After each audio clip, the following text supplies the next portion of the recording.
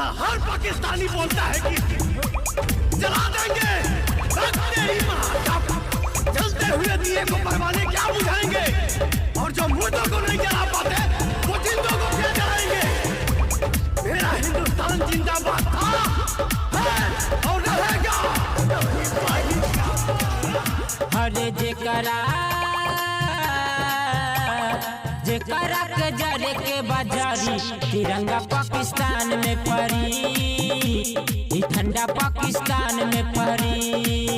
हरे चाहे हमारा के जान देवे पड़ी, तिरंगा पाकिस्तान में परी, झंडा पाकिस्तान में परी।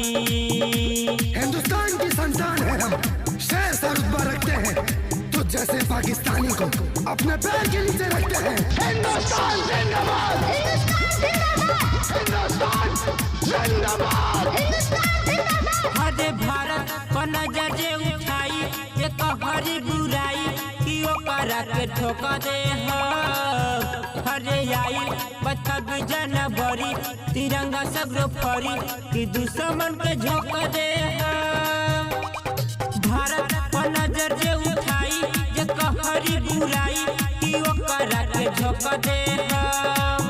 हरे आई 26 जनवरी तिरंगा सगरो फरी की दुश्मन के ठोका दे।